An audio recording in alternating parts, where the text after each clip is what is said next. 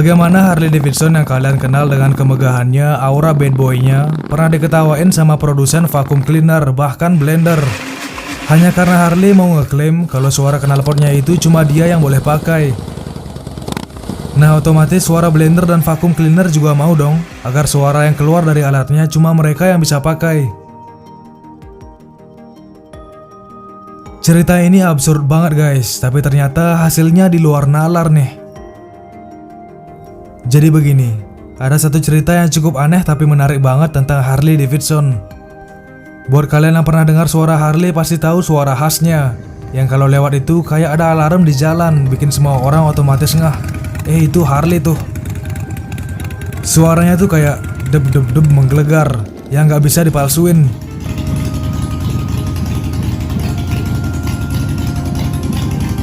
Nah, ternyata di tahun 1994 Harley Davidson pernah berusaha mematenkan suara knalpotnya sendiri nih. Bayangin ya, mereka benar-benar berpikir bahwa suara motor mereka itu terlalu ikonik untuk diabaikan dan perlu dilindungi haknya biar nggak disamain sama motor lain. Ini kisah yang agak lucu sekaligus absurd, karena ini jadi salah satu kasus hak paten yang paling nggak biasa dalam sejarah Amerika Serikat. Bayangkan ada perusahaan yang mencoba mengklaim suara knalpot jadi hak mereka.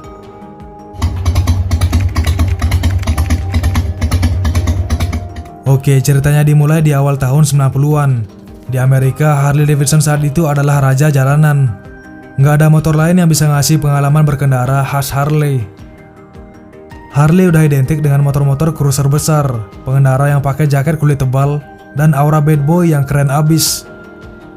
Suara dug-dug-dug menggelegar dari knalpot itu bukan cuma sekedar suara, tapi udah jadi semacam simbol dari seluruh pengalaman naik Harley.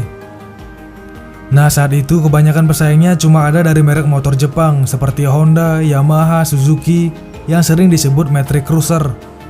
Motor-motor Jepang ini populer, tapi ya mereka belum punya vibes Amerika banget kayak Harley, terutama dalam hal suara. Dan suara mesin yang dug-dug-dug ngebelar itu benar-benar jadi ciri khas Harley banget. Nah, di tahun 1994, Harley merasa bahwa suara ini udah jadi bagian dari identitas yang perlu dilindungi. Mereka kayak ngerasa ini adalah suara kita, suara Harley, dan kita nggak mau ada yang bisa meniru suara ini. Akhirnya mereka pun mulai proses untuk nge-trademark suara ini.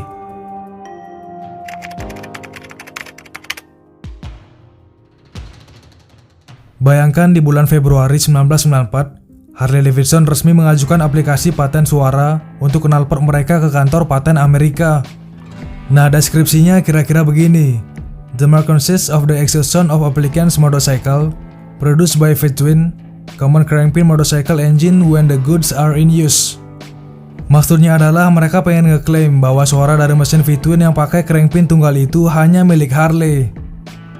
Dan ingat, saat itu nggak banyak perusahaan yang kepikiran buat nge-trademark suara produk mereka.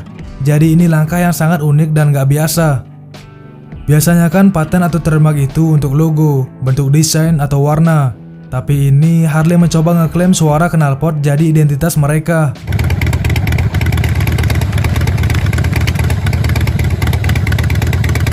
Jadi gini, ternyata suara knalpot khas itu dihasilkan dari mesin Fitwin yang sudutnya 45 derajat. Mesin yang sudah dipakai Harley sejak tahun 1909. Ini membuat suara ngebelar menggelegar Harley udah mendarah daging di telinga para penggemarnya. Suara ini jadi ciri khas Harley yang gak mungkin bisa disamain begitu aja. Bagi penggemar Harley, suara ini bahkan bukan lagi sekedar bunyi mesin. Ini udah jadi sesuatu yang punya nilai emosional. Ini suara yang mengingatkan mereka akan pengalaman hidup yang mereka miliki bersama Harley. Tapi gak cuma soal kenangan, pasarnya saat itu mulai dipenuhi motor gede lain yang suaranya mulai mirip-mirip Harley. Suara knalpot yang menggelegar jadi makin umum karena mesin-mesin yang mirip. Harley mulai merasa kehilangan identitasnya dan mereka pikir, gimana kalau suara ini kita patenkan biar nggak ada yang bisa niru lagi.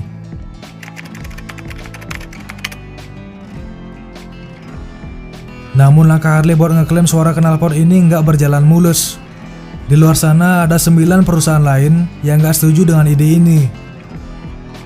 Ada perusahaan-perusahaan kayak Yamaha, Suzuki, Honda, dan Polaris yang rame-rame menentang keputusan Harley.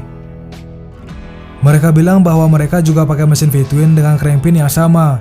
Jadi kalau suaranya mirip, ya wajar aja. Dan salah satu yang paling tegas ngomong tuh Yamaha, Bob Starr, perwakilan Yamaha. Ngomong Yamaha udah bikin mesin V-twin sejak tahun 80-an. Gak ada bedanya antara suara mesin Harley dan suara mesin kita.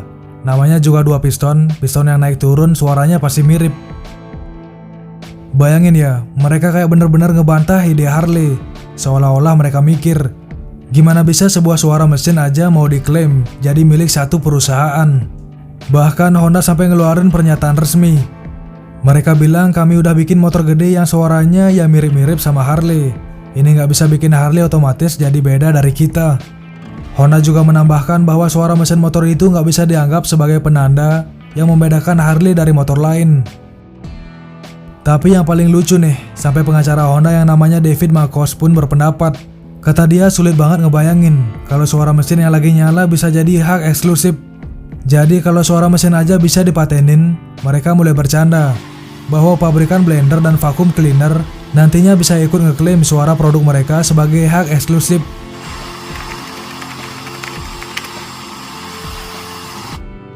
Nah lucunya lagi, produsen blender dan vacuum cleaner ikutan bercanda. Mereka bilang kalau Harley bisa mematenkan suara knalpot mereka, ya kita juga dong, paten suara blender dan vacuum cleaner kita. Bayangkan kalau dunia kita jadi kayak gitu, setiap suara alat rumah tangga yang berbeda bisa punya hak paten. Dunia bisa makin ribet kalau suara bisa jadi hak eksklusif buat perusahaan tertentu.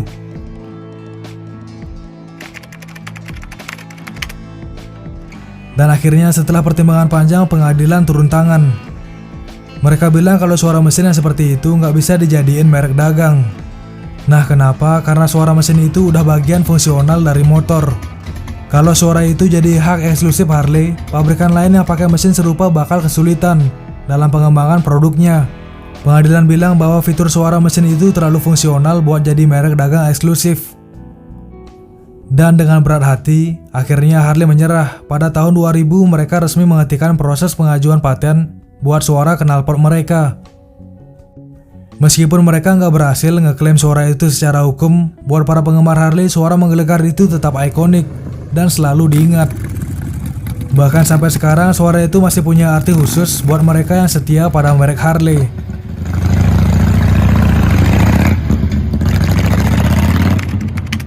Nah ternyata ini bukan kali pertama Harley ribut soal suara knalpot. Di satu sisi lain Harley pernah nuntut Honda gara-gara motor Honda Shadow S yang dianggap terlalu mirip Harley. Jadi Honda bikin versi American Classic Edition buat Shadow mereka. Dari bentuk tangki, fender panjangnya, sampai desain mesin V-twin dengan crankpin tunggalnya, semua itu dibuat mirip Harley banget. Honda bahkan sampai mencantumkan label Made in USA di joknya, meskipun motornya asli buatan Jepang. Melihat hal ini Harley langsung gak terima dong. Mereka pun menuntut Honda, menyatakan bahwa motor ini sudah terlalu mirip dengan desain dan suara khas Harley. Tapi pada akhirnya kasus ini gak pernah selesai sampai akhir tahun 2000-an. Honda juga akhirnya menghentikan produksi Shadow S tersebut. Mungkin kedua perusahaan ini akhirnya memilih untuk mengakhiri masalah tanpa harus berlarut-larut. Namun sepertinya karena solidaritas para produsen motor, konfigurasi mesin V-twin 45 derajat milik Harley, hanya mereka yang bisa mengusung seperti ini. Jadi kemungkinan pabrikan lain sepakat untuk tidak menggunakan konfigurasi 45 derajat untuk menghormati Harley yang udah sampai berdarah-darah untuk mempatenkan suara knalpot mereka.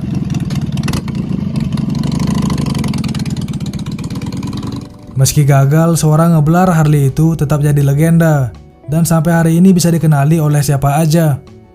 Suara itu tetap punya arti dan warisan bagi Harley dan penggemar mereka. Nah terima kasih buat kalian yang udah nonton sampai akhir. Jika teman-teman suka dengan lifestyle otomotif, gak ada salahnya untuk subscribe WQWEK dan beri like pada tombol like di bawah.